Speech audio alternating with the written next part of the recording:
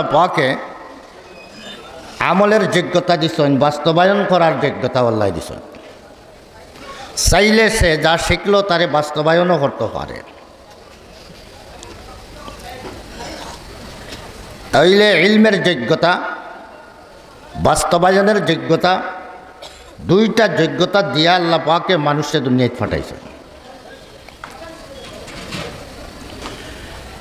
এই দুইটা যোগ্যতার মধ্যে প্রথম যে যোগ্যতাটা ইলম শিক্ষার যোগ্যতা, এটা বাস্তবায়নের আগে প্রথমে শিক্ষার যোগ্যতা করতে এটারে কাজে লাগাইতে হয়।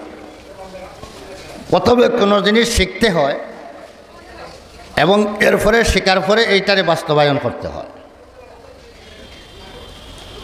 তাহলে আমলের আগে ইলমের প্রয়োজন।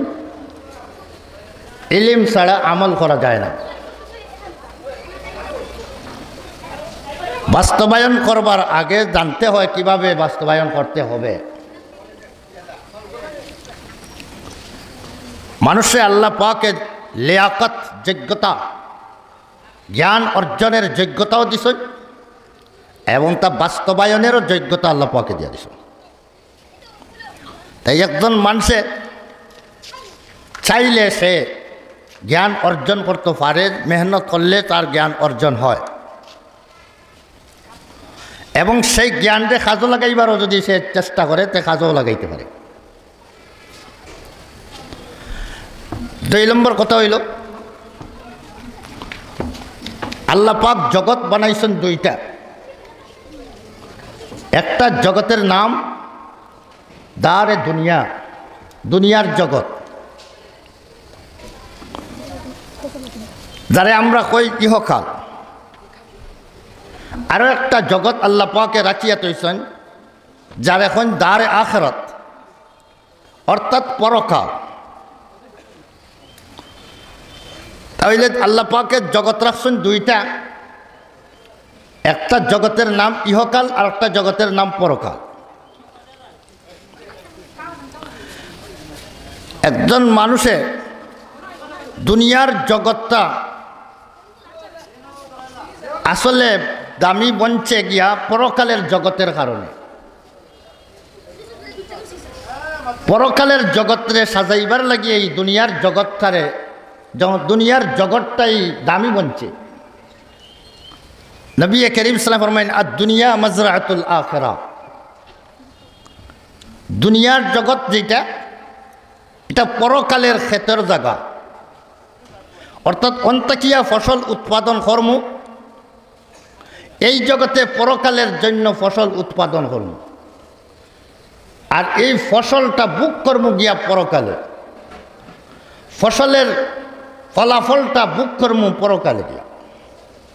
তাহলে এই দুনিয়াটার যদি মূল্য ইয়ে থাকে তাহলে এটা পরকালের খাতিরেই, পরকালের উসিলাই এই জগৎটার দামি বনছে। নতুবা এই জগতের কোনো মূল্য নাই, আল্লাহর কাছে এই জগতের কোনো মূল্য নাই। এই জগৎটা মূল্যবান বনছে, পরকালের জগৎটা সাজাইতে পারলে এটা দামি, আর পরকালের জগৎটা সাজাইতে না পারলে এই জগতের কোনো মূল্য নেই। দুনিয়ার জগৎ যেটা এটা অস্থায়ী এবং পরকালের জগৎ যেটা এটা চিরস্থায়ী। দুনিয়ার জগৎটা অস্থায়ী, পরকালের জগৎটা চিরস্থায়ী। দুনিয়ার জিন্দেগিতে একজন মানুষের জন্ম আছে, তার আরম্ভ হইল জন্ম থেকে, আবার যখন মারা গেল তখন এই দুনিয়ার জগৎ তার খতম হয়ে গেল। তাহলে দুনিয়ার জগতের একটা শেষ আরম্ভ আছে এবং একটা শেষ আছে, কথা ঠিক কিনা? কোনো মানুষ এই জগতের মধ্যে চিরস্থায়ী নয়। হয়তো সেও লম্বা হায়াত পায়, সেও বাড়তি হায়াত পায়, সেও কিন্তু চিরস্থায়ী নয়। এক সময় আসলা না, পরে আইসন, আবার এক সময় তাকতা নয়, এই পরিস্থিতি নিয়েই জগৎ আইসন। কিন্তু পরকাল যেটা, মরার পরের জিন্দেগিটা, এটার সুদূর শুরু আছে এটা শেষ সীমানা নাই, আখের বর্ডার নাই। এখন কোন চাই একজন মানুষ যদি এই সীমিত সময়ের যে জিন্দেগিটা দুনিয়ার হায়া, এই জিন্দেগির মধ্যে যদি কোনো একজন মানুষ সুখী হয়, তাহলে সীমিত এক সময়ের জন্য সে সুখী হইল। আর যদি পরকালে যদি একজন মানুষ সুখী হইতে পারে, তাহলে অসীম জিন্দেগির জন্য সে সুখী হইল। এবং যদি একজন মানুষ যদি দুঃখী হয়, কষ্ট করে, এই দুনিয়ার জগতের মধ্যে যদি সে কষ্ট করে, যে তার কষ্টটা হইব গিয়া সামান্য সময়ের জন্য। কিন্তু যদি সে মানুষটার যদি আখেরাত নষ্ট করিলায়, তাহলে এই মানুষটা যে দুঃখী আর কষ্টের মধ্যে পড়ব, এটা চিরস্থায়ী কষ্টের মধ্যে পড়ে যাব। এখন কোন চাই 4 দিন সুখে খাইয়া যদি সারা জীবন দুঃখ খাটানি লাগে, তাহলে এর নাম আকলমন্দিনী। আপনারা দেখছেন যারা ক্ষেত খামার করেন, বাদো মাস বা বাদো মাসের আটকান থাকিয়া, ও যেমন এখন যে বর্তমানে যে বন্ধ যেটা দান দেখরা, অন্য বেটায় 7-10 দিন বা 15 দিন বেটা খুব মেহনত করছে, এবং এই সময় বেটা কোনটা বাই চাইছে না। বাদো মাস আইয়া হারলে সাধারণত একটা প্রবাদ বাক্য আছে, বাদো মাসও মা মরলে কুলা আড়াল, কুলা দিয়া আগলা দিয়া মা মরি গেলে অন্য তৈয়া বেটা বন্ধ খেত, পরে রাইতে ইয়া দফন কাফন করব। এমন কেনে বেটা সামান্য 7 দিন বা মাস দিন কষ্ট করিলে যদি সারাটা বছর সুখে খাই, সারাটা বছর সুখে খাওয়ার ব্যবস্থা হইব সামান্য দিনের কষ্ট। আর আরেকজনে এই সামান্য দিনের কষ্ট স্বীকার না করার কারণে জমিন থাকলো ফাঁকাল, আর এই মানুষটা সারাটা বছর খালি উপাস খাফাস করিয়া সারাটা বছর হাঁটাইল। তাহলে আকল মন খেয়ে ওই সামান্য দিন সুখ করিয়া সারা বছর কষ্ট করলো, যে এ আকল মন না সামান্য দিন কষ্ট করিয়া বাকি সারা বছর সুখে থাকলো, আকল মন আপনারা কারে কইবা? যে সামান্য দিন কষ্ট স্বীকার করিয়া লম্বা সময় সুখে থাকার ব্যবস্থা নিল। ও কথাটাও আল্লাহ পাক আল্লাহর হাবিব সাল্লাল্লাহু আলাইহি ফরমাইছেন, আল কাইসু মান দানা নাফসাহু ওয়া আমিলা লিমা বাদাল মাউত। বাস্তবে আকলমন্দার হুঁশিয়ার ওই ব্যক্তি বুদ্ধিমান, যে মানুষে সে দুনিয়াত কিসের জন্য আসলো এই কথাটারে সে জানিয়া বুঝিয়া এই দুনিয়ার জগতে তাকিয়া আখিরাতের জিন্দেগি সাজাইবার জন্য মেহনত করিয়া দুনিয়া থেকে গেল, সেই মানুষটাই প্রকৃত পক্ষে আকলমন্দার হুঁশিয়ার। যে মানুষটা তার পরকাল সাজানির চিন্তা ওই জগৎ তাকিয়া করিয়া গেল, সেই আকলমন। আমরা তো বুদ্ধিমান মনে করি ও মানুষরে যার বুদ্ধি খাটাইয়া দুনিয়ার জগতে খুব উন্নয়ন করছে, তারই আমরা বুদ্ধিমান মনে করি। কিন্তু আল্লাহ রাসূলুল্লাহ ফরমান বুদ্ধিমান বাস্তবে ওই মানুষটা যে মানুষে তার বুদ্ধি দিয়ে আখিরাত সাজাইতে পারছে। কারণ কম দিনের সুখ পাওয়া আর লম্বা দিনের কষ্ট করার এটা আকলমন্দি নয়। কম দিন কষ্ট করিয়া মেহনত করিয়া লম্বা দিন সুখের ব্যবস্থা করা, এটার নাম আকলমন্দি। এখন এই আল্লাহ পাকে দুনিয়ার মানুষে এই দুনিয়ার জগৎটা পাওয়ার পরে দুনিয়ার জগতের সাজ সামান আসবাবপত্র যেগুলো আছে সব কিছু এমনভাবে আল্লাহ আকর্ষণীয়ভাবে বানাইছেন, এইগুলা আসবাবপত্রের লোভনীয় হিসাবে বানাইছেন। নবী কারীম সাল্লাল্লাহু আলাইহি ওয়াসাল্লাম ফরমায়েন, আর দুনিয়া হালওয়াতুন খাজিরা, দুনিয়ার জগৎটা যেমন হালুয়ার মতো, আর সবুজ কালারের হালুয়া। এক তো হইল হালুয়াটা খাইতে মিঠা, আবার কালারও যদি সবুজ কালার হয় দেখতেও খুব মনোরম। মানুষে কন যে চৌকে খাইলে কিতা হন, চৌকে খাইলে মুখে খায়। পয়লা যদি চকুটো দেখতে সুন্দর লাগে তে খাইতেও ভালো লাগবে, মজা লাগবে। আর দেখতেও ভালো লাগে না, যত মজাও হোক বেটার পয়লাও মন খারাপ হয়ে গেল। জিনিসটাও মজার, দেখতেও মনোরম, তাহলে এইটার প্রতি মানুষের আকর্ষণ বেশি হয়। এই দুনিয়ার জগৎটা আল্লাহ পাকে এমনভাবে চাকচিক্যময় বানাইছেন, এমনভাবে সাজসজ্জা দিয়া সৃষ্টি করছেন যে এইটা দেখলেই একজন মানুষ তার জীবনটা তার পিছনে হাঁটাই দিবার লাগিয়ে তার জানে চায়। এই সাজসজ্জা জগৎ, এইটার প্রতি তার আকর্ষণ ওই দিব এমনভাবে আল্লাহ সাজাইয়াও রাখছে। কিন্তু আকলমন ব্যক্তি সে চিন্তা করে এই সাজসজ্জা এইটার পিছনে আমি পড়লে যদি আমার আখেরাত ধ্বংস হয়ে যায় গিয়া, তাহলে আমি এই সাজসজ্জার দিকে পড়লে হবে না। খুব মনোরম হালুয়া বানাইয়া এর মধ্যে সামান্য বিষ ঢুকাইয়া দেওয়া হয়েছে। এখন মনোরম আর আকর্ষণীয় দেখিয়া লোভ গেলে, আর জানা আছে যে এর ভিতরে জহর মিক্স আছে, জহর দেওয়া আছে, তাহলে কোনো আকলমন্দে এটা খাইবনি। আকলমন্দে এটা তাকিয়া দূরে সরিয়া থাকবো, কারণ এইটা আমার ধ্বংস করব। যত সুন্দর হোক এটা আমার ধ্বংস করব। তাই দুনিয়ার এই জগৎটারে আল্লাহ এমন লোভনীয় এবং সৌন্দর্যভাবে সাজাইয়া রাখছেন, একজন মানুষের দেখলেই এটা তার হাসিল করার লাগিয়া তার মন দেব, সে চেষ্টা করবো, দিন রাত চেষ্টা করব। কিন্তু এর মধ্যে কিছু আছে বিষাক্ত। এখন যে সেই বিষাক্তটারে যদি বাঁচিয়া খায়, বিষাক্তরে সরাইয়া যেগুলোর মধ্যে বিষ নাই এইটারে শুধু খায়, তাহলে এই মানুষটা লাভবান হইব। এই বিষাক্ত কোনগুলা? যেমন একজনের কোটি টেকা তার ঘরের মধ্যে আনিয়া রাখছে, আজকে মানুষের টেকা গরু আনিতে হয় না, বেশ টেকা হইলে নিয়ে ব্যাংকত তৈয়াই, কারণ গরু আনিয়ার টেকা তৈলে টেকাও যাইব, জানও যাইব, নিরাপদ না।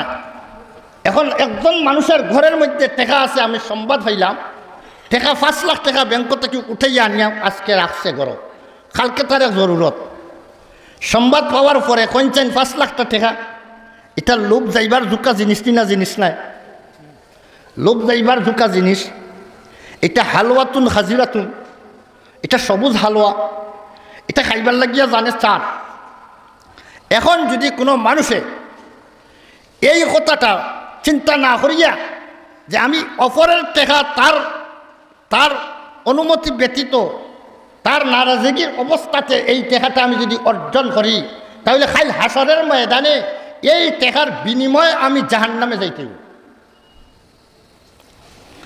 এই চিন্তা যদি কোনো মানুষের ভিতরে না থাকে, আর সে এই টেকাগুলারে অর্জনের লাগি রাইত গিয়া পিস্তল লইয়া গিয়া আজি লইয়া টেকাগুলো লইয়া গিয়ে, তাহলে তো হালুয়া খাই লিল। কোন হালুয়া খাইল?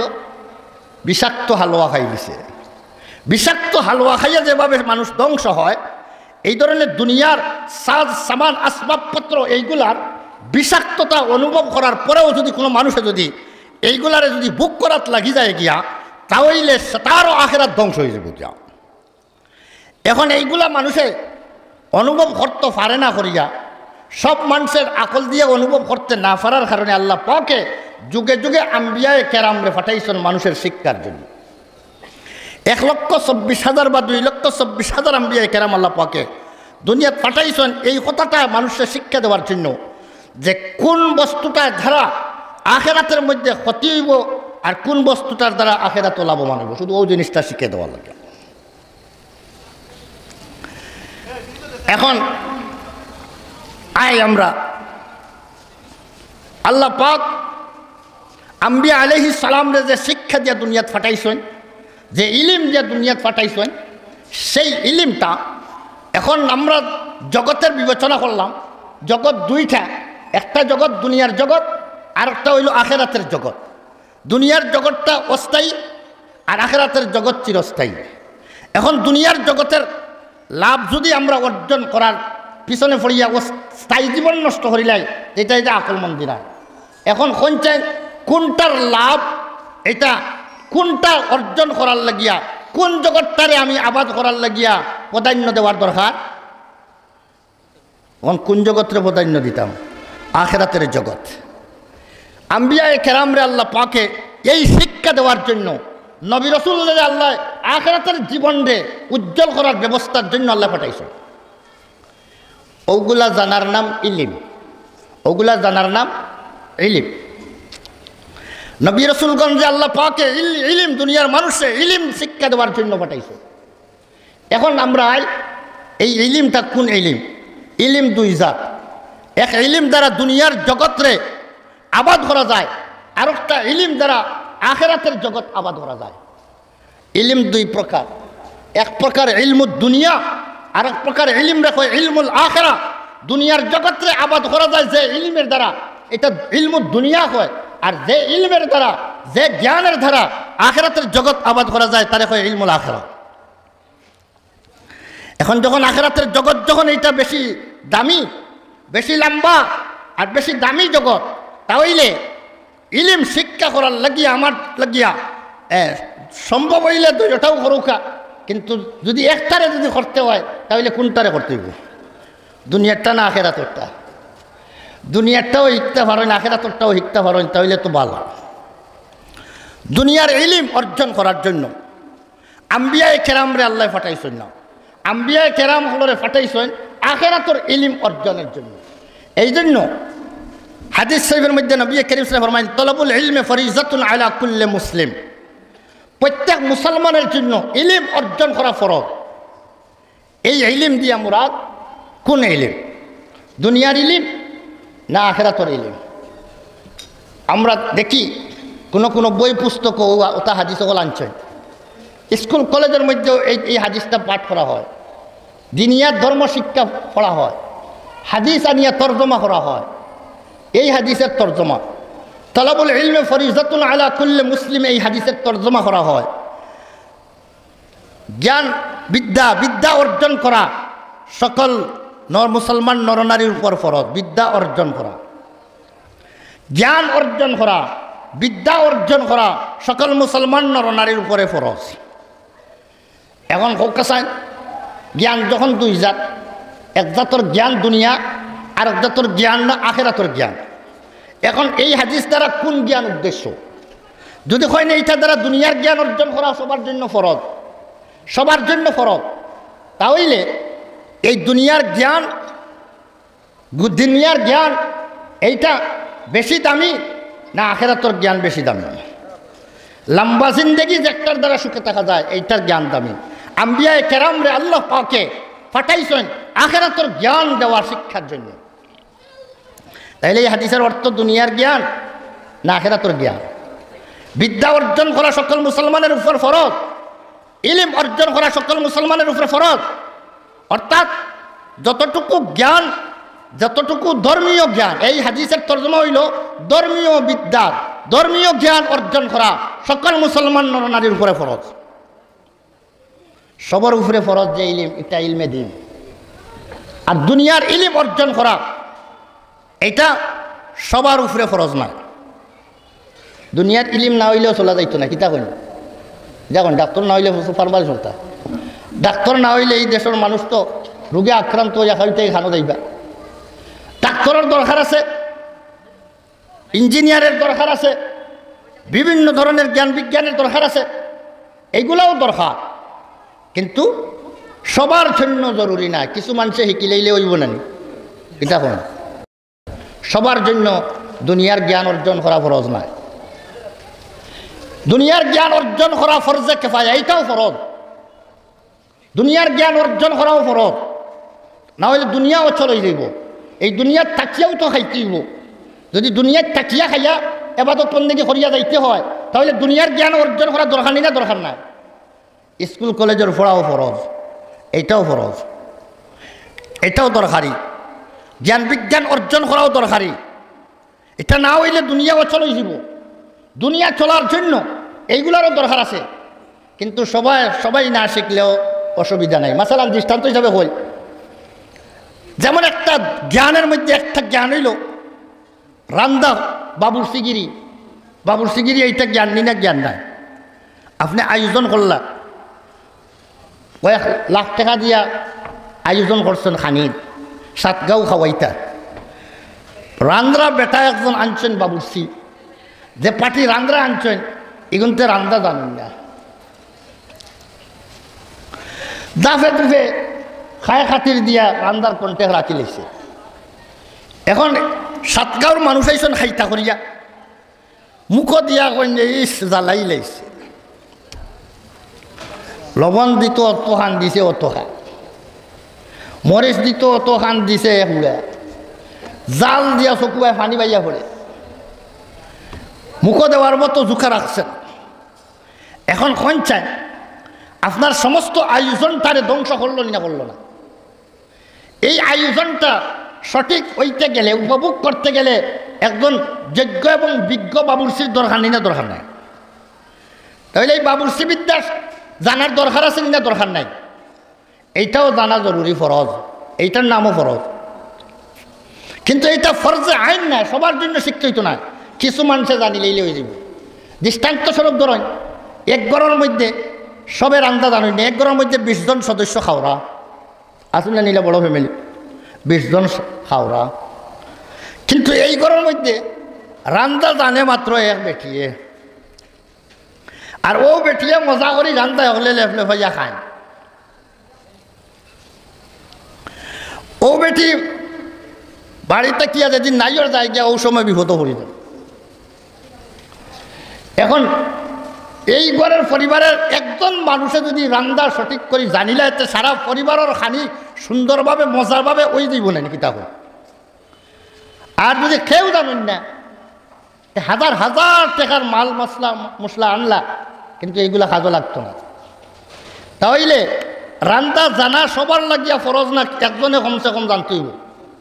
কিতাব পরিবারের সকলের জানা ফরজ না, একজনে জানলে হইব।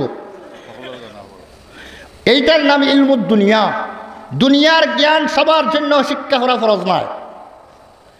এটা কিছু মানুষে শিখিলেইলেই দুনিয়া চলে যাইব। এইটার নাম হইল ফরজে কেফায়া। যে ফরজটা কিছু মানুষে করলে আদায় হয়ে যায়, এইটার নাম ফরজে কেফায়া। দুনিয়ার যত জ্ঞান বিজ্ঞান আছে, যত যতর বস্তুর দুনিয়ার মধ্যে আছে, সব কিছু সম্পর্কে জ্ঞান অর্জন করা এক এক বিভাগের, একজনে তো সকলতা বার্তা নাই, এক একজনে এক একটা করি লইলে শিকি লইলে হয়ে যাবে। এই গেলার মাঝে একজন ডাক্তার হয়ে যাই, যদি আমরা বেমার আজার বললে থানাওয়ালা লইলাম। আর যদি কেউ বিভাগের মাঝে ডাক্তার নাই, আস্তা জেলার মাঝে এখন ডাক্তার নাই, এই সময় কিতা অবস্থাটা দাঁড়াইত। এই জন্য কিছু মানুষে জানি লইলে জ্ঞান বিজ্ঞান সবার জন্য ফরজ নয়, কিছু মানুষে জানি লইলে সবার অসুবিধা দূর হয়ে যায়। তাহলে বোঝা গেল ফরজে কেফায়া। দুনিয়ার জ্ঞান অর্জন করা এটা কিতা ফরজে কেফায়া। আর হাদিস শরীফের মধ্যে দেখান কইছেন, রাসূল ফরমাইছেন, তলবুল ইলমে ফরিজাতুন আলা কুল্লি মুসলিম, সকল মুসলমানের উপরে জ্ঞান অর্জন করা ফরজ। এখন কোন জ্ঞান? সকল মুসলমানের উপরে। কিতা কই, নমাজ সকল মুসলমানের পড়ার দরকার আছে না দরকার নাই? নমাজ পড়া লাগবো নিলে লাগতো না? আমরা সবার নমাজ পড়া লাগবো। তাহলে নমাজের ইলিম সবার জন্য জরুরি না জরুরি না? কিলা নমাজ পড়তে আমি কেন জানতে হইব? নমাজের আগে ওযু করা এটা ফরজ। নমাজের আগে ওযু ছাড়া নমাজ হইতো না, পবিত্রতা ছাড়া নমাজ হইতো না। তাহলে পবিত্রতার মশলা মাসাইল এইটা সবার জন্য জানা ফরজ না ফরজ না? ইনো অমুকে জানিলাও আর আমি না জানলে ওই বইলা নাই। সব প্রত্যেকে যার যারির যতটুকু দিয়ে নিজে চলি দিতে পারবা অতটুকু প্রত্যেকে জানা ফরজ।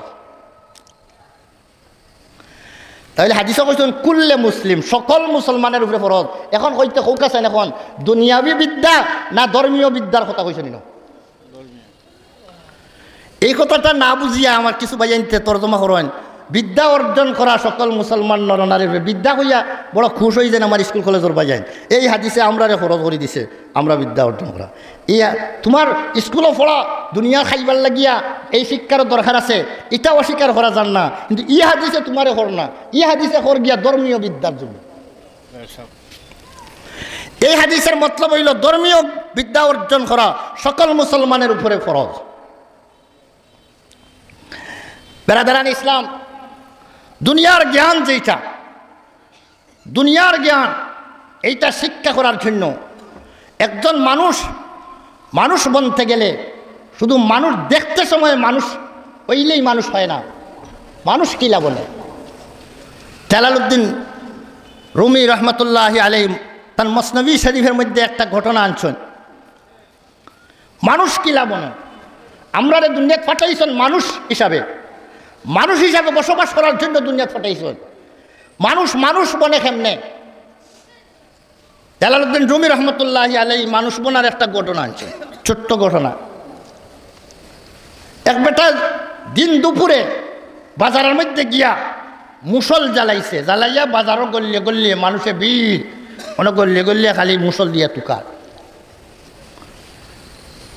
এই বেটারই পাগলামি দেখিয়া মানুষে কইলা, ওবা দিন দুপুরে যে সময় বাতির কোনো প্রয়োজন নাই, সূর্যের কিরণে সব দেখা যায়, তুমি অনেক মুসল আর জ্বালাইছো, আবার বাজারের গল্লির ভিতরে হামাইয়া গলিয়ে গলিয়ে কি যেমন তালাশ করো, তুমি কিতা তুকা? তো বেটায় কইল, আমি মানুষ তুকাইয়া। বলে মানুষ আস্থা বাজার ভর্তি মানুষ, তুমি মানুষ দেখো নানি, মুসল দিয়ে তুকানি লাগেনি মানুষ। তখন বেটায় উঠে জবাব দিছিল, আমি বাজার ভর্তি যারা দেখি, যারা দেখিয়া এরা তো একজনও আমার কাছে মানুষ লাগে না, এরা সবাই মানুষের আকৃতি, এরার মধ্যে শুধু হাড্ডি মাংস চামড়া এইগুলার এক টিল্লা দেখিয়া, এটা শুধু মানুষের আকৃতি, আসল মানুষ তো আমি তালাশ করি পাইয়ার না। এই কারণে আমার চৌকে যখন খাম করেন না, আমি কইলাম আরো মুসল জ্বালাই আরো করে বর্ষা করি, দেখিনি মানুষ টুকাইয়া পায়।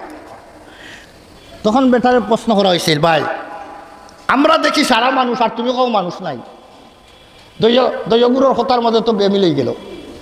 আমরা দেখি আর বাজার পড়া মানুষ আর তুমি কেউ মানুষ নাই, তুমি ফাইলে আমরা বুঝাইতে মানুষ কারে হয়, তখন আমরা বুঝাই মানুষ আসল না নাই। তখন বেটায় সেই প্রশ্নের জবাবের মধ্যে হয়েছিল,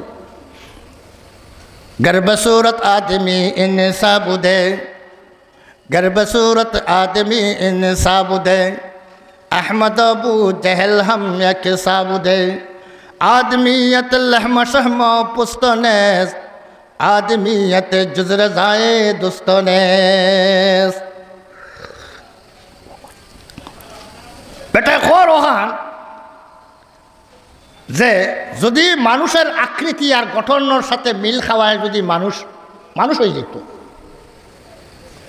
তাহলে মিস্টার আবু জাহেল এবং মুহাম্মদুর রাসূলুল্লাহ সাল্লাল্লাহু আলাইহি সাল্লাম দুজনের মর্যাদা সমান পর্যায়ে রইল না, কারণ মানুষ হিসাবে তো তাইনো মানুষ তাইনো মানুষ, দুজনের মান মর্যাদা সমান হইল না।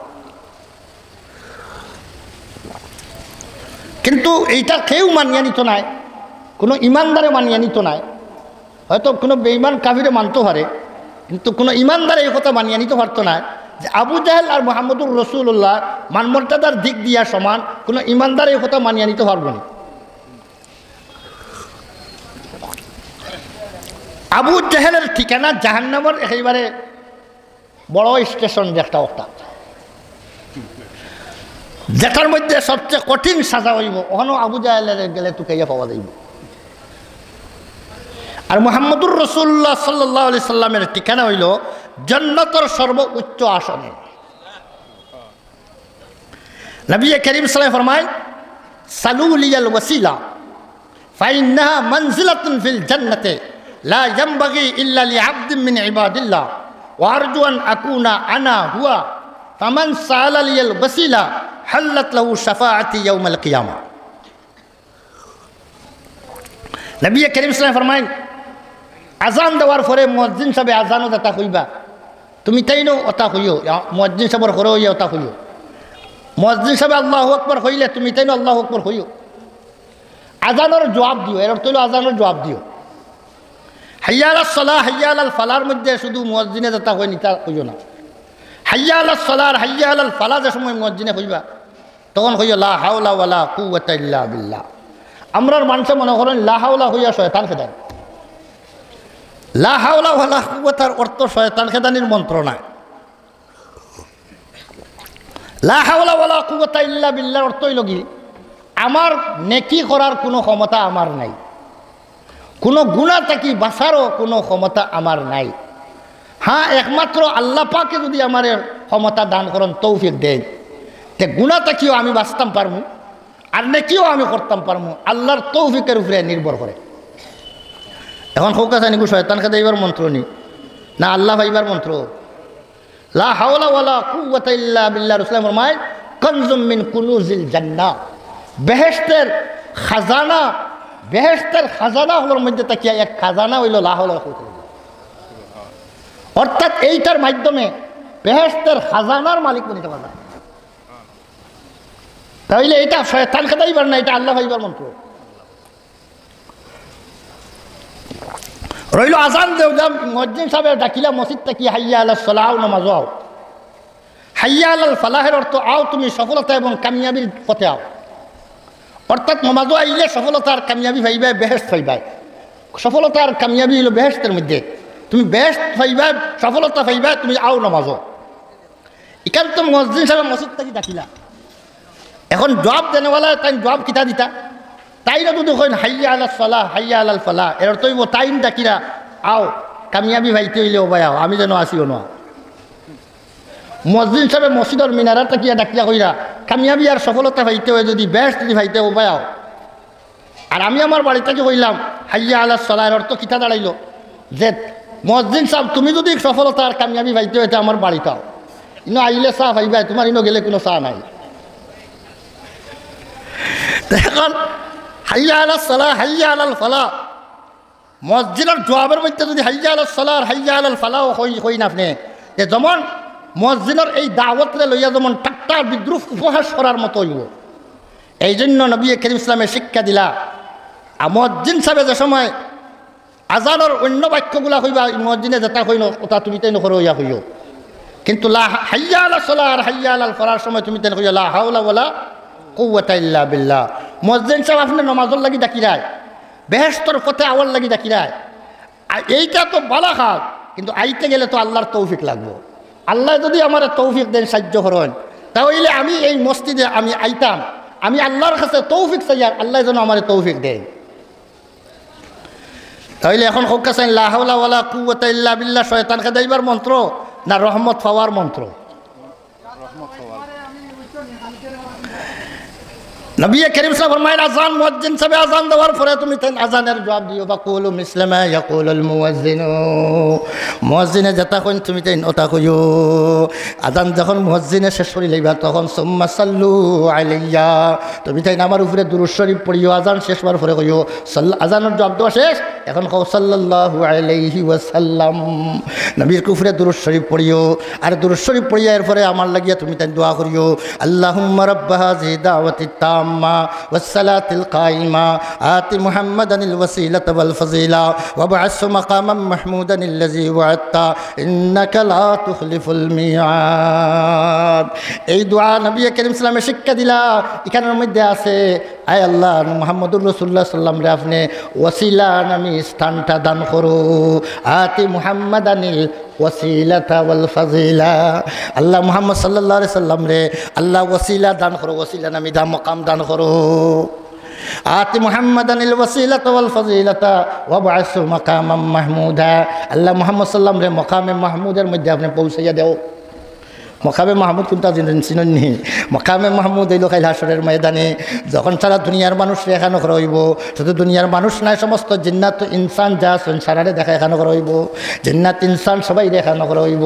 সেই দিন হাসরের ময়দানে এমন পরিস্থিতি হইব, হাসরের ময়দানটা এত কঠিন ভয়াবহ পরিস্থিতি হইব, সেই দিন আল্লাহর আরশ ব্যতীত আর কোনো ছায়া পাওয়ার কোনো জায়গা নাই। সূর্য এক আতাংশুর সূর্য, আধা তুফরে সূর্য, কোনো বর্ণনা মতো সূর্য 1 মাইল উপরে সূর্য থাকবো। এখন তো সূর্য কত মাইল উপরে আছে গিয়া, কত মাইল উপরে আছে গিয়া, তাহলে এত উপরে থাকিয়া সূর্য কিরণ দেয়, কিন্তু যেদিন কড়া রোদ উঠে এদিন জানতাম পারি না, কিন্তু সেই দিন কিরণটা আইব একেবারে, যদি 1 মাইল উপরে উঠে তবুও তো একেবারে নিকটে আইল। এই সূর্যের কিরণের কারণে জমিনটা সাধারণ জমিন রইত নাই, এই জমিনটারে আল্লাহ পাকে তাম্বার জমিন বানাইয়া দিলাইবা। আর গরম যখন তাম্বার উপরে পড়ে তখন এটা তো একেবারে মাটির উপরে গরম পড়লে মাটিয়ে কত সময় খাইয়া ওজম করে, গরম ওজম করে করতে করতে এরপরে যে সময় পুরা তল গেলা গরম হয়ে যায় তখন উপর গেলা হয় গরম হয়, এর আগ পর্যন্ত গরম হয় না। কিন্তু যদি স্টিলের জমিন উঠানো যায় গিয়া, যদি তাম্বার জমিন নই যায় গিয়া, তাহলে তো জজ করার আর চুষিয়া খাওয়ার নিষেধ খাওয়ার কোনো ব্যবস্থা নাই। তখন এই জমিনটা শুধু গরমের কারণে, হিটের কারণে খালি গরম হইতে থাকবো, এমনভাবে উত্তপ্ত গরম হইতে থাকবো। হাসরের ময়দানে যে সমস্ত মানুষগুলা এখানের মধ্যে থাকবা, এই সমস্ত মানুষে জ্বলন্ত কড়াইয়ের মধ্যে যেভাবে একটা যদি একটা খই মাছে যদি আঞ্জিয়া যদি কেন ছাড়া হয় বাঁচিবার লাগিয়া, তাহলে এইটা যেভাবে এইটা জ্বলন্ত কড়াইয়ের মধ্যে পড়ার পরে যেভাবে লাফালাফি আরম্ভ করে, ঠিক তদ্রূপ এই জমিনের মধ্যে মানুষ যাওয়ার পরে জমিনের মধ্যে উত্তপ্ততার কারণে সে লাফালাফি আরম্ভ করব। এই জমিনের মধ্যে যারার মতো ক্ষমতা থাকতো না, এত অসহ্যনীয় কষ্ট এই জমিনের মধ্যে হয়ে যাইব গিয়া। একমাত্র সাতগুলো মানুষে আল্লাহ পাকে আরশের ছায়ার তলে জায়গা দিবা। সাবাতুন ইউযিল্লুহুমুল্লাহু ফি যিল্লিহি ইয়াওমা লা যিল্লা ইল্লা যিল্লু আরশিহি। আল্লাহর আরশের ছায়া ব্যতীত আর কোনো ছায়া থাকতো না। সেই দিন সাতগুলো মানুষরে আল্লাহ পাকে ডাকি ডাকি নিয়ে আরশের ছায়ার তলে জায়গা দিবা। ও সাতগুলোর মাঝে এক গুঁড়ো হইলা গিয়া যে নামাজ মুয়াজ্জিন সাহেব যখন কইছিল হাইয়া আলাস সালাহ হাইয়া আলাল ফালাহ, আজান ওরনি মসজিদের থেকে বারো যাইতে সময় খান লাগাইলাছিল মসজিদের দিকে। মসজিদটা কি কোন সময় আমার লাগিয়া ডাক দেওয়া হইব, আর আমি আবার মসজিদও গিয়া ঢুকতাম গিয়া। বাহিরা কাজ করে কিন্তু খান লাগাইল মসজিদও, দিল লাগাইল মসজিদের দিকে, দিল মসজিদের মধ্যে লটকাইয়া তুইয়া গেছে গিয়া। এই মানুষটারে খাইল হাসরের ময়দানে আল্লাহ পাকে আরশের ছায়ার তলে জায়গা দিবা। সেই আরশের তলে জায়গা ফানেওয়ালা মানুষগুলা মধ্যে আল্লাহ পাকে আমরা সবাই রে আরশের ছায়ার তলে জায়গা ফানেওয়ালার মধ্যে তাকি আল্লাহ শামিল করি দোকা সবে হোক আমিন। সেই দিনকু এ মানুষ অধিকাংশ মানুষ তো বাহিরে থাকবো, আরশের ছায়ার তলে কিছু মানুষ থাকবো, অধিকাংশ মানুষ তো বাহিরে থাকবো। বাহিরের পরিস্থিতি তো ভয়াবহ পরিস্থিতি। এ কারণে সেই পরিস্থিতি লম্বা সময় খাটানির পরে এখন মনের মধ্যে আসবো বলে হায় রে হায়, এখন তো আবু বিচার কায়েম হইছে না, হাসরের ময়দানে আবু বিচারের পরিস্থিতি আইছে না। এখন যে অবস্থায় আছি আমরা, এইটার যেমন আজতর অবস্থা হওয়া যায়, আসামি ধরিয়া নিয়া আজত রাখে, এরপরে কোর্টে বিচার করিয়া রায় দেওয়ার পরে জেল যদি হয় জেল হয়, আর নাইলে খালাস হইলে খালাস হইল। এখন যে পরিস্থিতিটা চলে আজতের মধ্যে, আজতর সাজার মধ্যে আছি। এই সাজাটা আমরা যদি বিচারে যদি আমরা বিচারি, আমরা যদি দোষী হই, তাহলে যে সাজাটা পাইমু এই কষ্ট ইকনাইন থেকে গিয়া হলেন থেকে কিছু খাটি বইলা যাইতো নাই, বরং ইকনাইন ফাঁকই সাজা খানেন খাইয়ার। এ কারণে চলো দেখি নবী করিম দেখি চাইন এমন কোনো মানুষ আসেনি আল্লাহর দরবারে গিয়া হইতো যে আল্লাহ তুমি বিচার কায়েম করিলাও, বিচারের পরিস্থিতিটা কায়েম করো, আর বিচারে যার যেখানে জায়গা যাইব, যারা দুদক যাইবার হয়ে দুদক যাইব, বেহেশত যাইবার হয়ে বেহেশত যাইব। কিন্তু এই মাঝখানোর আজতর জিন্দগিটা শেষ করে দেও কে গিয়া কইতা এলাকার সাহস নেই। আদম আলাইহিস সালামের কাছে যাইবা, হাসরের ময়দান থেকে এক গুঁড়ো মানুষ অনেক নেতৃত্ব দিবা, এক গুঁড়ো নেতৃত্ব দিয়া লইয়া যাইবা আদম আলাইহিস সালামের কাছে। আপনি রইলে আমরা সকলের বাপ, আপনি সুপারিশ করুক আল্লাহর দরবারে, বিচারটা আমরা কায়েম করে দেউক আল্লাহ। বিচারের পরিস্থিতি কায়েম হয়ে যাওক গিয়া। বিচারের পরিস্থিতি যখন কায়েম হয়ে যাব, তখন পরিস্থিতি একেবারে শান্ত পরিবেশ হয়ে যাব গিয়া, আর ইলা উত্তপ্ত পরিবেশ থাকতো না। বিচারের কায়েম হয়ে যাও।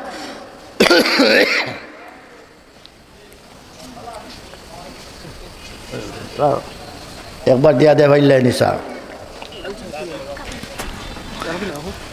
এখন বিচারের পরিস্থিতিটা কায়েম যাও। এই সময় খেয়ে যাইতে আদম আলাইহিস সালামের কাছে যাইবা। আদমে কইবা, আদম আলাইহিস সালাম কইবা আমি এর জোখা নাই, আমি ডরাইয়া আর আইজ নি আমারও কুদাম মারোন। আরে মিয়া তুমি আইসো না, হ্যাঁ জানো নি তুমি না করছিলাম গাছ খাইছো, গাছের ফল খাইতে না গেছ খাইছো, হ্যাঁ আর আইসো সুপারিশ। যদিও গাছের ফল খাওয়াটা তার কোনো গুণা নাই, কিন্তু এরপরেও তো আল্লাহ কইসলা খাইও না, খাওয়া তো হয়ে গেছে গুণা নাও। কুদাম খাইবার লাগি তো অতখানো যথেষ্ট, কইসলাম খাইতে না খাইলে এখানে। অসতর্কতা অবলম্বন করলে এখানে, সতর্কতা আসলে তো শয়তানে দুঃখা দিতে পারলো না। কুদাম মারি দেন যদি আইন উপায় না। এ কারণে আদম আলাইহিস সালামে কইবা আমি এই জায়গাত নাই বলে তো যাইতাম কেন। যাও নূহ আলাইহিস সালামের কাছে, তুফানে সারা মরিয়া হারলে তাই নাসলা একলা তান আওলাদ লইয়া দুনিয়ায়। আদম নূহ আলাইহিস সালামের কাছে আইবা, নূহ আলাইহিস সালামে কইবা আমি জুকা নাই, আমি আজকে এই সুপারিশ যাওয়ার জুকা নাই। তুমি তাই যাও ইব্রাহিম আলাইহিস সালামের কাছে, ইব্রাহিম আলাইহিস সালামের কাছে আওয়ার পরে তাই কইবা আমি কেন জুকা নাই। সুপারিশ আল্লাহর দরবারে আজকে আল্লাহ ইলা গুসা করছেন, ইলা গুসা কোনোদিন করছেন না, আর কোনোদিন করতাও নাই। আজকে গিয়া মাথার আমার মতো সাহস নাই। ইব্রাহিম খলিলুল্লাহ ফাটাই দিবা, যাও তুমি তাই মুসা আলাইহিস সালাম কলিমুল্লাহ আল্লাহর লগে সবসময় কথাবার্তা করতা, সরাসরি আল্লাহর সাথে তাই মাতামাতি করতা দুনিয়ার জমিনও তাকিয়া। এ কারণে এনরে যাও আজ গিয়া মাথুকা। মুসা আলাইহিস সালামে কইবা আমি ওই জুকা আজকে নাই। মুসা আলাইহিস সালামের কইবা যাও ঈসা আলাইহিস সালামের কাছে যাও, আল্লাহ সরাসরি বিনা বাপে তানে পয়দা করছেন, আল্লাহর কুদরত দেখাইছেন তারে দিয়া। যাও থান গেছে যাও, কুদরত আল্লাহর কুদরত তাই। ঈসা আলাইহিস সালামের কাছে যখন আইবা, ঈসা আলাইহিস সালামে কইবা আমি এই ঝুঁকা নাই, আমি এই ঝুঁকা নাই, এই কাজের জন্য তুমি তাই যাও সাইয়্যিদুল মুরসালিন শফিউল মুজনিবিন মুহাম্মদুর রাসূলুল্লাহ সাল্লাল্লাহু আলাইহি ওয়াসাল্লামের দরবারে। তখন নবী করিম সাল্লাল্লাহু আলাইহি সাল্লামের কাছে যখন সকল আইবা, আওয়ার পরে নবী করিম সাল্লামে আর কোনো আপত্তি করতে নাই, জায়গা মতো আইছে। নবী করিম সাল্লাল্লাহু আলাইহি সাল্লামে লগে লগে আল্লাহর দরবারে আল্লাহর সামনে সজ্জাত পড়ে যাইবা।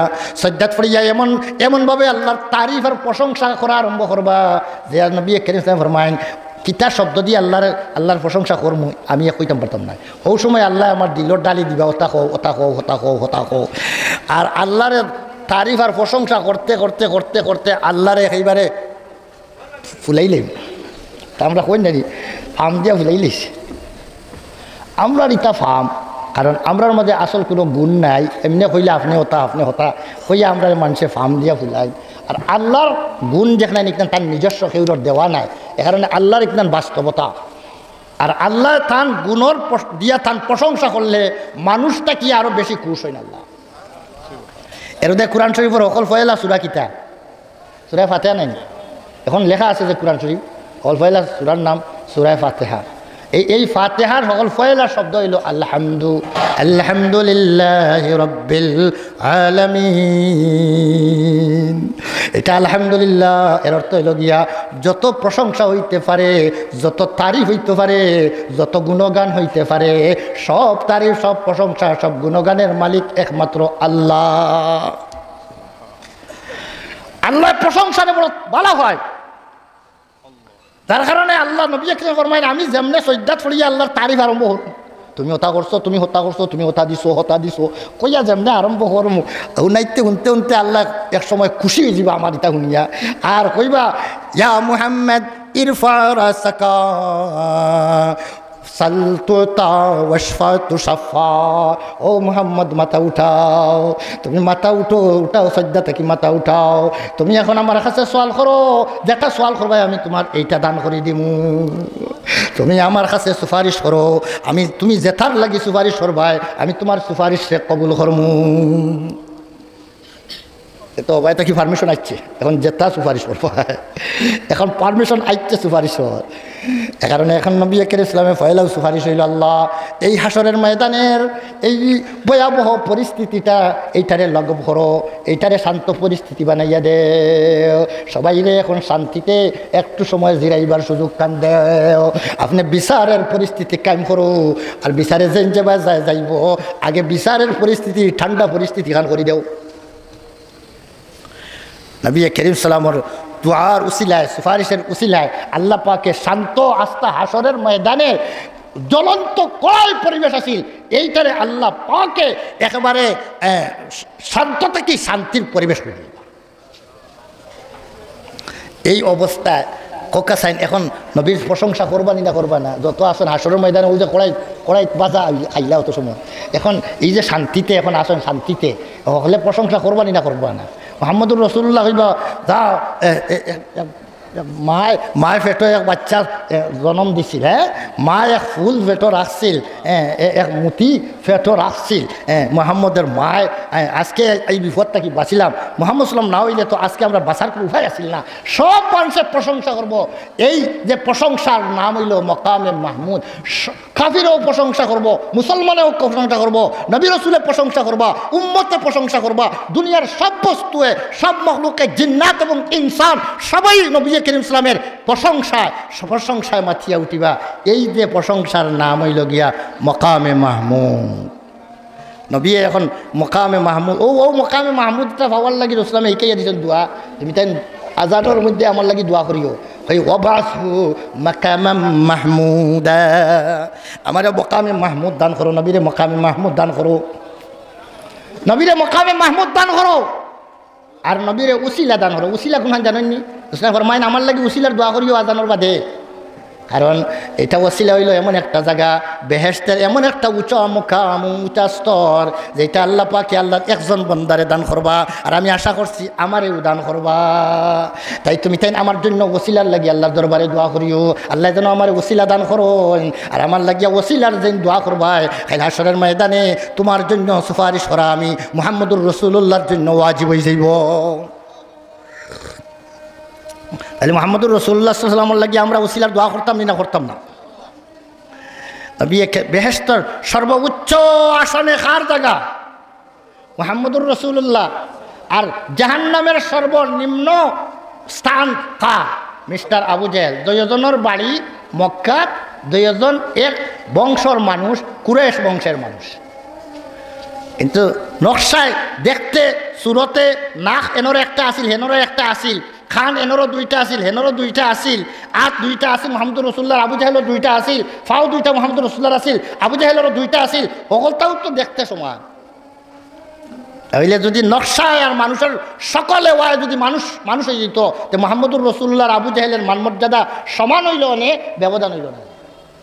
তো বোঝা গেল মানুষ খালি মানুষের আকৃতিতে হওয়ার কারণে মানুষ বনে না। মানুষ বনতে গেলে আকৃতিতে বনে না। এটা কয় প্লাস্টিকের মানুষ পাওয়া যায় না, কয় টাকা দিয়া করি তোর প্লাস্টিকের মানুষ হো দেখলাম কয়েকদিন আগে আনিয়া আগে প্লাস্টিকের মানুষ দিয়া ইটা কাম করাই লিছে, ইটা মতাই লিছে, ইটা করাই লিছে, ইটা প্লাস্টিকের মানুষ। এখন প্লাস্টিকের মানুষ দিয়ে তারা অনেক কামও করাইলেন। প্লাস্টিকের মানুষ কয়েক টাকা দিয়া খরিদ করা যায়, দেখতে মানুষও লাগে, বুঝতে মানুষও বোঝা যায়, কিন্তু এইটাও হাজারের মানুষ নি না প্লাস্টিক। ঠিক তদ্রূপ একজন মানুষ আকৃতিতে মানুষ দেখা গেলে, কিন্তু প্রাকৃতিকভাবে যদি মানুষ হয় না, তারে মানুষ বলা যায় না। তখন এই বেটারে জিজ্ঞাসা করা হইল, বা ফির সাহেব তুমি তুকাই রায়, মানুষ তুকাই রায়, একটা মানুষ বাজার করার মানুষের মধ্যে তুমি এগু মানুষ পাও না, তে মানুষ তুমি হই রাইতা সব আকৃতির মানুষ, তে প্রকৃতির মানুষ কিলা হয়? ও বেটায় প্রকৃতির মানুষ, আমরা কিতা ওই মানুষ বনতাম চাইনি, আকৃতির মানুষ হইতাম না, প্রকৃতির মানুষ। এখন আল্লাহর রাজি আর খুশি মানুষ বনতে গেলে আল্লাহর রাজি খুশি করা লাগবো নিলে লাগতো না। তাহলে আল্লাহর রাজি খুশি করতে গেলে কিলা আল্লাহ খুশ হইবা, এই কথাটা মানুষের আকল আর বিবেক দিয়া এইটারে বোঝা মুশকিল। এই জন্য আল্লাহ পাকে যুগে যুগে আম্বিয়ায়ে কেরামরা দুনিয়াত পাঠাইছেন ও কথার শিক্ষা দেওয়ার লাগিয়া, যে দুনিয়ার মানুষকে গিয়া শিক্ষা দেও যে আমি কোন কাজে আমি রাজি আর খুশি হই, আমি কোন কাজে নারাজ হই, এটারে শিক্ষা দেও। এই শিক্ষা পাইয়া যারা আল্লাহরে রাজি আর খুশি করিয়া দুনিয়া থেকে আইতে পারবো, সে মানুষ বনিয়া আইবে। এখন কোন চাইন এই শিক্ষাটার ব্যবস্থা কোন জায়গায়?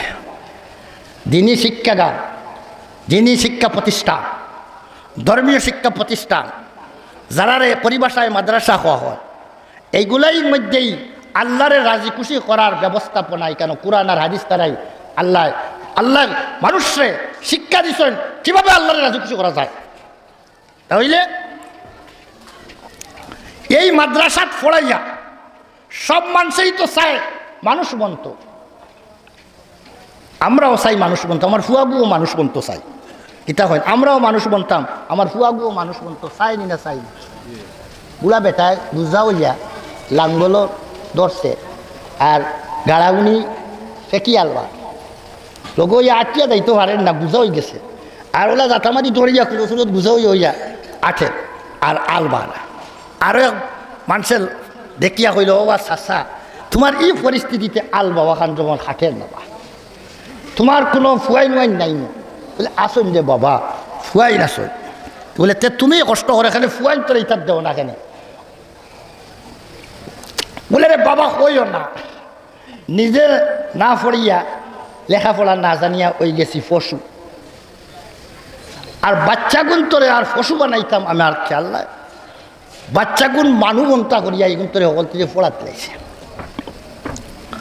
এখন বেটায় মানু বানাইবার লাগিয়া বাচ্চান তোরে বেটা অত কষ্ট করিয়া আল বাইয়াও পরিবার চালাক, পুরা বেটা গুজা হইয়া পড়ি যাইব, এরপরেও বাচ্চাই মানু বানাইতে করিয়া বেটায় পড়া। কিন্তু মানু বানাইবার মানু বানার প্রতিষ্ঠান কোনটা এটা না চিনলে মানুষ বানাইবার ব্রহ্মা আছে, কিন্তু মানুষ বানানি ওইব নি না ওইতো না, এখান তো হইল পরে। যদি যে প্রতিষ্ঠানও পড়লে মানুষ নয়, এই প্রতিষ্ঠানও যদি না দেয় তাহলে তো মানুষ বানানিত লাগিয়া আরো উল্টা বনি যাইব। এটা বহুত মা বাপে খান্দিরানি না খান্দিরা না, কিতা হয় উচ্চশিক্ষিত বানাইছেন, বাচ্চারে উচ্চশিক্ষিত বানাইছেন, এখন সে বালা চাকরি পাইছে, এখন তার বাসা হইছে ঢাকা, ধানমন্ডিত বাসা, চাকরি পাইছে ঢাকা। এখন এখানের মধ্যে বাসা এখন সরকারি কোয়ার্টার দিছে, কোয়ার্টার 2 জন থাকা যায়, তার বউ আর তার হে গেছে, তার বউরে বাড়িতে কিনেছে গিয়া। এখন মার বাপ বাড়ি এনতেন কিলা খাইরা কিলা না এনতানোর কোনো খবর নাই, তার বউ লইয়া হে সুখে শান্তিতে উখার। মা বাপে উপাস থাকরা বাড়ি বাই ফিরিয়া সার না, মা বাপ বেমারে জইলা গাঁর মানুষে চান্দা করিয়া মা বাপর ঔষধ করেন, কিন্তু ফুয়া বড় দামি চাকরি করে। এই ধরনের কিছু শিক্ষিত ফুয়াইন পাওয়া যায় না না, বহুত ফুয়াইন শিক্ষিত বানাইয়া মা বাপে খান্দিরা আর কইরা হায় রে ইলা জানতাম তে বলা আলু চা বানাইয়াও রাখলাম মনে, তবু আল ভাইয়া খাওয়াইল, জানতাম যদি ওটা হইব তে আলু চাও রাখলাম। মূল আসলে উদ্দেশ্য তো আসলে মানুষ বানানি, কিন্তু লাইন না চিনার কারণে বেলাইনে আটার কারণে আজকে দুঃখিত। তাহলে মানুষ বানাইতে গেলে মানুষ বানানোর কেন্দ্র দেওয়া লাগবো না লাগতো না, কিন্তু এখন মানুষ বানার কেন্দ্র দেওয়া লাগবো না লাগতো না। দুনিয়ার শিক্ষা অর্জন করা, স্কুল কলেজের মধ্যে পড়ানি, এইটাও আমি আগে হয়ে আইছি, এইটাও ফরজ। দুনিয়া খাইতে গেলে এটাও দরকার, কিন্তু এটা ফরজে কেফায়া। আর ধর্মীয় শিক্ষা অর্জন করা জরুরত আন্দাজা প্রত্যেকের উপরে ফরজ। ধর্মীয় শিক্ষা 2 প্রকার, এক প্রকার শিক্ষা ফরজে আইন, আর এক প্রকার শিক্ষা হইল ফরজে কেফায়া। কিছু মানুষে শিখলেই হইব, বাকি না শিখলেই হইব। আর একটা ধারা আছে যেটা সবাই শিক্ষা করতে হইব, এটা কোনটা? যতটুকু ধর্মীয় জ্ঞান না হইলে একজন মুসলমান হিসাবে তার জিন্দেগি কাটাইতে পারতো না। একজন মানুষ সে মুসলমানি জিন্দেগি, ইসলামী জিন্দেগি বছর করতে গেলে যতটুকু এই ধর্মীয় জ্ঞান শিক্ষা করার দরকার, অতটুকু জ্ঞান প্রত্যেক মুসলমানের জানা ফরজ আইন। আর যতটুকু না হইলে চলা যাইব, অতটুকু সারা শিক্ষার দরকার নাই, কিছু মানুষে একিলাইলে হয়ে যাব। বড় আলিম হওয়া সবর কাম নাই, বড় আলিম হওয়া সবর কাম নাই, সব বড় আলিম ওইটাও পারত না। আস্থা এলাকায় যদি একজন বড় আলিম বানাইলাই, কঠিন সমস্যা দেখা দিলে তার কাছে গিয়া সমাধান করবো। আর ফুরু আলিম, সকল ফুরু আলিম হয়ে যেতে হইব। ফুরু আলিম বুঝছেন নি? নমাজর লাগে ওজু লাগে, ওজুর ফরজ ঘটা আপনি জানলে আপনি ফুরু আলিম নি না ফুরু আলিম নাই। আপনি নমাজর ফরজ ঘটা জানেন যদি, তে তো আপনিও আলিম। ওজু ছুটে কিতা ইখান জানেন যদি, তেও তো আপনি আলিম। রোজা ভাঙ্গে কোন জিনিসে আপনি যদি জানেন তাহলে আপনিও তো আলিম। তাহলে ও যে ছোট ছোট আলিম প্রত্যেক মুসলমান, ছোট ছোট আলিম বনা প্রত্যেক মুসলমানের উপরে ফরজ। আর বড় আলিম হলে ওইটা পারতা নাই। এটা এখান কই দিয়েছেন, ফালাউলা নাফারা মিন কুল্লি ফিরকাতিন মিনহুম তাইফাতুন লিয়াতাফাক্কাহু ফিদ-দীন ওয়াল ইউনযিরু কওমাহুম ইযা রাজাউ ইলাইহিম লাআল্লাহুম ইয়াহযারুন। তোমাদের মধ্যে বড় জামাত তাকিয়া কিছু মানুষ বাড়িয়া যাও আর ধর্মীয় উচ্চ জ্ঞান হাসিল করো, আর হাসিল করিয়া বাড়ি করে যেটা রইছেন ওথারে আইয়া সঠিক রাস্তা দেখায়। তাহলে বোঝা গেল সব যাওয়া জরুরি না, সব বড় ধর্মীয় জ্ঞান বড় আলিম বলা জরুরি না। দুনিয়ার জ্ঞান, সারা দুনিয়াদারি যত জ্ঞান বিজ্ঞান আছে সারা শিক্ষা করা ফরজে কেফায়া। আর ধর্মীয় জ্ঞানের মধ্যে এক পর্যায়ের ধর্মীয় জ্ঞান ফরজে কেফায়া। এখন বড় আলিমরা ফরজে কেফায়া, আর দুনিয়া ডাক্তার বনা এটাও ফরজে কেফায়া। এখন কোনটার দাম বেশি? ডাক্তার বনাও ফরজে কেফায়া, আর বড় আলিম বনা ফরজে কেফায়া। কিছু মানুষ ওই গেলে গিয়া যথেষ্ট হয়ে যাব গিয়া। এখন এই দলীয় ফরজে কেফায়ার মধ্যে দামি কোনটা? ডাক্তার বনাত দামি বেশি হইব না বড় আলিম বনাত ফায়দা বেশি হইব? ডাক্তার হইলে দুনিয়ার মানুষের ফায়দা হইব, আর বড় আলিম হইলে দুনিয়ার মানুষের আখেরাতর ফায়দা হইব। দুনিয়াবি ফায়দা হইব এনর দ্বারা, আর হেনর দ্বারা আখেরাতর ফায়দা হইব। তাহলে দুনিয়ার ফায়দাটা কিন্তু আখেরাতর ফায়দা বেশি দামি। তাহলে ফরজে কেফায়াও যদি হইয়া থাকে বড় আলিম হওয়া, তাহলে দুনিয়ার জ্ঞান বিজ্ঞান এরা এটাও ফরজে কেফায়া, এইটাতে কিও বেশি প্রাধান্য রাখে। ধর্মীয় জ্ঞানের বড় আলিম বনাটার ফরজে কেফায়া এটা প্রাধান্য রাখে। এখন আমরা সবাই বড় আলিম হইতাম পারতাম না, ফুরু আলিম তো হইতাম পারবো, কিতা হয় ফুরু আলিম হওয়ার সময় গেছে গিয়া অনেকের। আমরা ওয়াজ মাহফিলও গিয়া মাদ্রাসাত পড়িয়া পারতাম না, ওয়াজ মাহফিলও গেলে অনেক মাসলা মাসাইল শিখা যায়। এখন তো ওয়াইজ যখন ডিজিটাল হয়ে গেছেন, তাহলে মাসলা মাসাইল ওয়াজও বয়ান করেন না, শেষত তো সুন্দর কিসা খাসা হইতে পারেন, ওটা দিয়ে হইলে আমরা বিজেটও বেশ পাওয়া যায়, আর সামনে বছর দাওয়াতও পাওয়া যায়। ওটাও খেয়াল হয়ে গেছে গিয়া এখন অধিকাংশ ওয়াইজ হলো, যার কারণে মানুষ ওয়াজের মধ্যে যায় কিছু আনবার লাগিয়া কিছু আনতে পারে না, খালি শুনে খালি খুব সুন্দর লাগছে, যাইতে সময় কয় খুব ভালো লাগছে বা খুব মজা লাগছে বলে, তে কিতা কইছেন বলে হিতাও মনে রয়েছে না। বাড়িত নিবার ঝুঁকা কোনটা নাই, খালি মজা লাগছে, মজা লাগাইবার ওয়াইজ সকলে এখন দেশ পড়ে গেছে, বাড়িত নেওয়ার কিছু নাই এত। অথচ এটা ইলমি মজলিস, এই যে ওয়াজের মাহফিল এটাও ইলমের মজলিস, এটা হইল গিয়া সাময়িক মদরসা। এই যে কয়েক ঘন্টার লাগি মদরসা, উন্মুক্ত মদরসা, উন্মুক্ত কলেজ জেলা আছে, ওরা উন্মুক্ত মদরসা আছে, এটা উন্মুক্ত মদরসা। এটা তো মানুষ আইল দিনের 2-4টা কথা শিখবার লাগিয়া, কিছু 2-1টা কথা লইয়া যাওয়ার দরকার না, দরকার নাই। এখন আজকের আলোচনার দ্বারা আমরা বুঝাইলাম ধর্মীয় জ্ঞান অর্জন করা জরুরত আন্দাজা, যতটুকু জানলে মুসলমান হিসাবে আমার জিন্দগিটা চালাই নিতে পারবো, অতটুকু জানা সবার ফরজ, সবে শিখতে হইব। এখন অজু কত কিলা অজু করা লাগে এটা সবার জানা লাগবে, কোন জিনিসে বিশ্বাস করলে ইমান হয়, কোন জিনিস বিশ্বাস না করলে অস্বীকার করলে ইমান নষ্ট হয়ে যায়, এখানে সবার জানা ফরজ না ফরজ না। যদি জানেন না তাহলে ওলা এক কাম করিয়া বইবা, ওলা এক বিশ্বাস করিয়া বইবা, যে বিশ্বাস না হলে ইমান নষ্ট হয়ে যায়। তাহলে এটা সবার জন্য ফরজ, জরুরি প্রাথমিক ধর্মীয় জ্ঞান সব মুসলমানের ফরজ। আল্লাহ পাকে আমরা যদিও পারিয়েন না, যারা পড়তাম পারছি না, মদরসাত না পড়তে পারলেও আলিমুল আমার সহবতের মধ্যে গিয়া এটা জিকাই আমার জিন্দগি করতাম পারবো না, পারতাম না।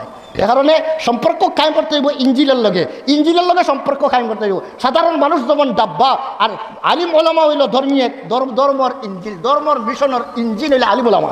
তাই আলিম ওলামা ছাড়িয়া যদি ডাব্বা, যদি ইঞ্জিল ছাড়া যদি ডাব্বা চলে, এটা খালো দেওয়া ছাড়া উপায় নাই। এ কারণে চলন্ত মদরসা হইল তবলিগ জমাত, যে চলন্ত মদরসার মধ্যে আলিম উলামার নেতৃত্ব নাই, এটা শুধু ডাব্বা আছে, এটা খালো গিয়া অ্যাক্সিডেন্ট করিয়া কোন দিন যাইব, মরিয়া যাইব, কোন পথে লইয়া যাইব, বেহেশতের পথে যাওয়ার পথে রওনা দিয়া জাহান্নামের পথে লইয়া যাইতে গিয়া পারে। কিন্তু যে ডাব্বার মধ্যে আলিম আছেন, সেই ডাব্বার এটার মধ্যে যেমন ইঞ্জিল আছে।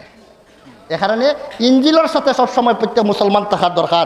ইঞ্জিল ছাড়া মুসলমানের জিন্দগি এটা ধ্বংসের জিন্দগি। আল্লাহ পাকে আমরা সবাইকে আলিম ওলামার সাথে মৌত পর্যন্ত সুসম্পর্ক রাখিয়া মোহব্বত রাখিয়া চলার তৌফিক যেন আল্লাহ পাকে দান করেন। ওয়া আখিরু দাওয়ানা আলহামদুলিল্লাহি রাব্বিল আলামিন। সাল্লাল্লাহু আলা সাইয়্যিদিনা মাওলানা মুহাম্মদ।